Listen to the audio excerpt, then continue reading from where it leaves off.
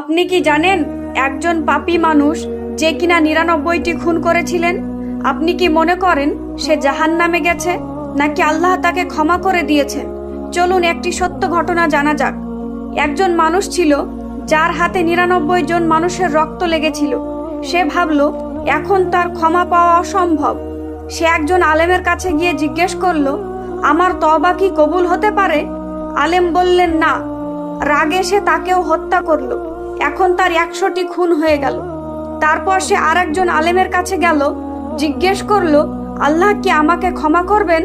এবার উত্তরটা ছিল ভিন্ন। আলেম বললেন, আল্লাহর রহমত থেকে কে নিরাশ হতে পারে? তওবার দরজা খোলা আছে, কিন্তু তুমি এই খারাপ জায়গা ছেড়ে সৎ মানুষের এলাকায় চলে যাও। সে রওনা হলো, কিন্তু পথে তার মৃত্যু হয়ে গেল। তখন ফেরেশতাদের মধ্যে বিতর্ক শুরু হলো। রহমতের ফেরেশতা ও আযাবের ফেরেশতাদের মধ্যে সিদ্ধান্ত হলো দেখা হোক সে কোন দিকের বেশি কাছাকাছি ছিল।